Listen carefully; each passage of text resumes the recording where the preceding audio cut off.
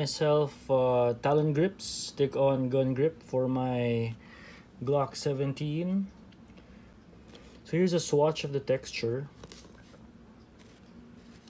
Feels good. It's like, it reminds me of those rubber grip tapes para sa bathtub. So anyway, here we go.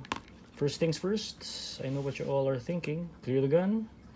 So as always, we remember our rules for gun handling. So we unload it. The magazine is actually empty, but to be sure, check chamber. Oops, sorry about that. Hammer down, or striker down for the nerds. So it's obviously clear, and I'll remove my weapon light. So I got me a Surefire X300. So let's remove that. Put that there. Alright, so you don't have to, I think, to install just the grips for a pistol, but might be easier since it'll make it lighter to remove the slide. So we'll go ahead and do that.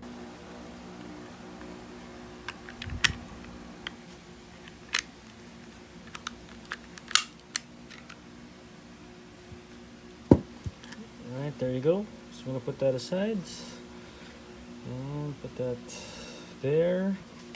So we'll go ahead and open this bad boy.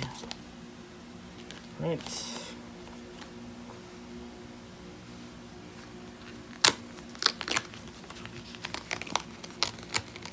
So wow, we have stickers. Nice, man. Love me some swag, baby.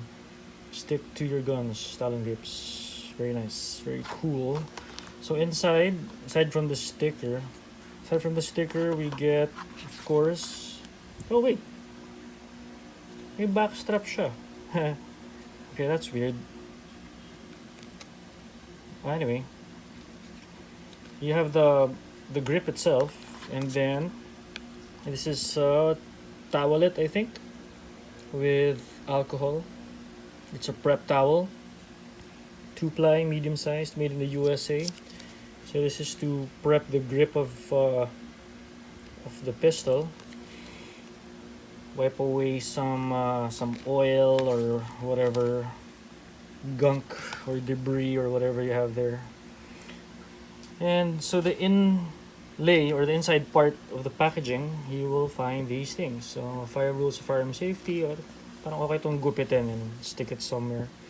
And diagram of the pistol and the sticker and some tips, right? And instructions. So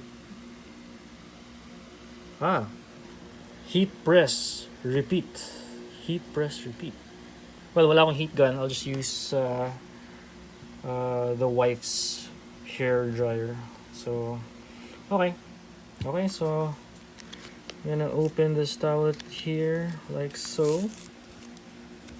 Maliit nga siya. It's a small towelette. And just wipe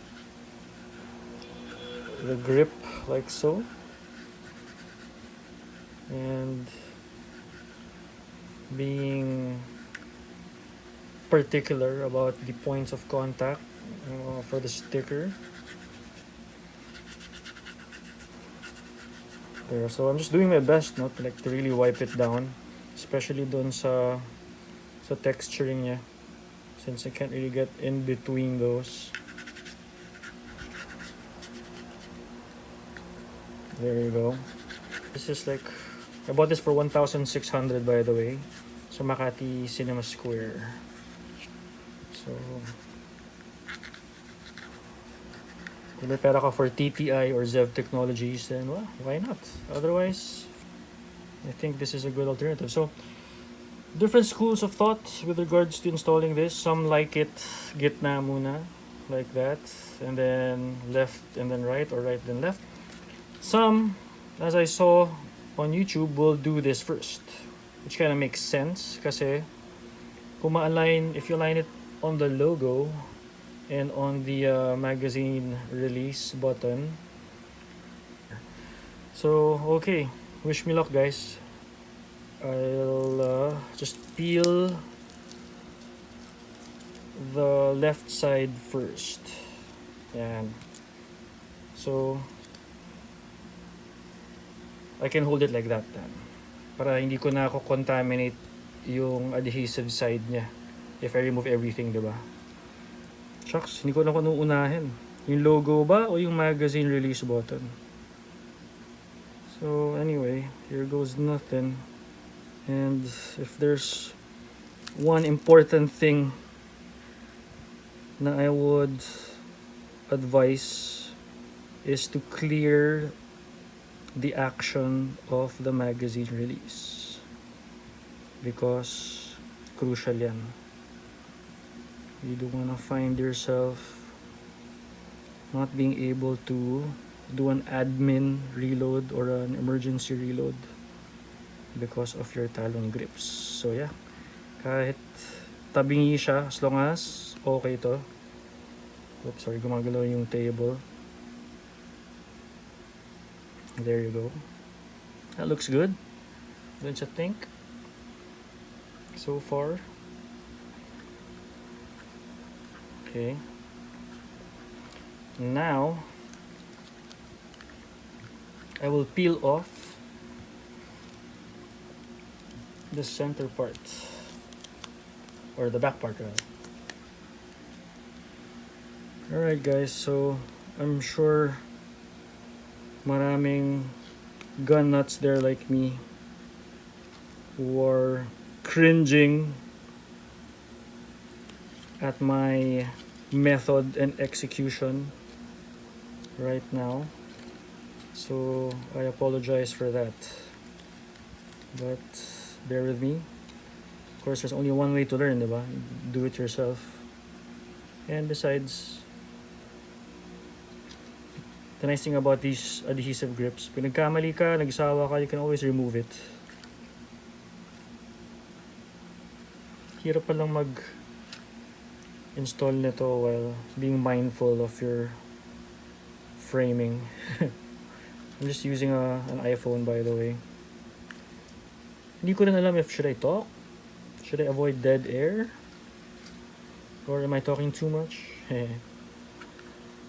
Okay, yes. Okay, that's done. Next is this part. So, ito tatanggalin ko na lahat. So, I'll remove all of that.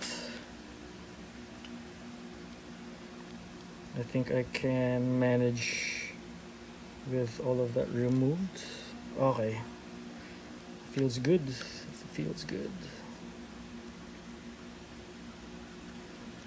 Make sure din pala walang air pockets. Nalala ko one time, nagkabit ako ng yung protective glass sa iPhone. Tempered glass. Tapos sobrang sagwa ng pagkabit ko. Kasi nga hindi ako magaling.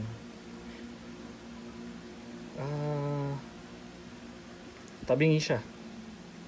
So I ended up bringing it sa mga ating nagkakabit na who do that for a living, na magaling na at sanay. Ended up paying double for that. Lesson learned. So yung iba, if you saw what I did, diba? Like itong front strap, itong front part, in-overlap ko na siya sa side na to. Yung iba kasi itatak nila yan sa ilalim pag ganun. And the reason ba't hindi ko ginawa yung ginagawa ng iba, where they tuck it under this side, kasi it makes sense to me more na nag-overlap to on the left side of the gun. Simply because when I grip it, and when I grip it hard, hindi ko matutuklap with these three fingers here.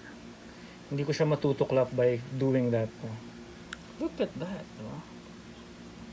Kala mo galing TTI or Zev. And I must say, it's, yeah, definitely tackier, grippier. And pawisin ako, pasmado akong guy. And this definitely helps a lot. Definitely helps a lot. It's time to get my wife's blow dryer. Babe! Babe! Go! Can I borrow your blow dryer? Yeah, go ahead. Okay, thanks. If you want that. Alright, may blessing tayo ni Mrs. Haha.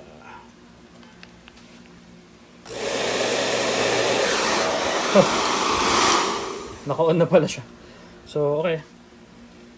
So, the instruction says rub and mold, or I don't know, like massage it, I guess.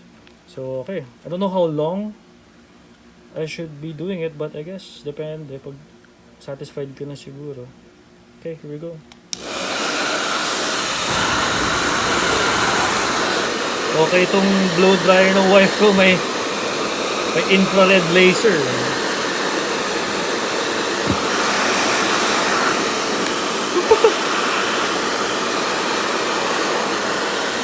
Ow! Mainit din pala tong hair dryer, eh, no? Ah, init.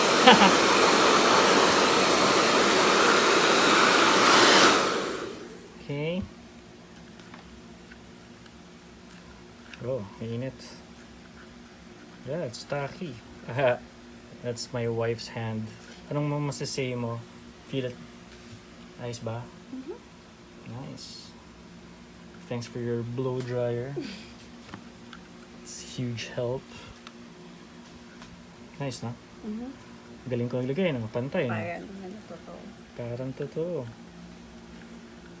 Feels pretty good.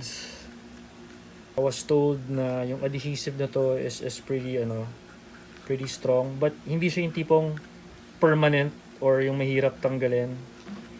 And I was also told to remove it. You just peel it off, and then you can use WD-40 to remove yung whatever adhesive gunk or adhesive material is left. So yeah, that's it. So let's see how it looks with the slide and the light on it.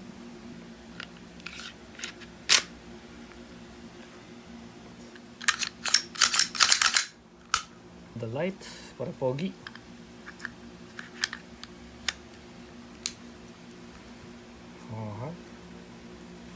And the mag, again, it's empty, so don't worry guys, everything's safe. And there she is. Talon grips.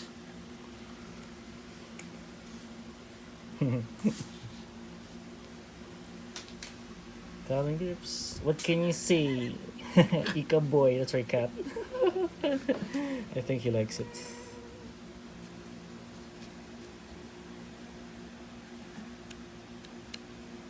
Nice.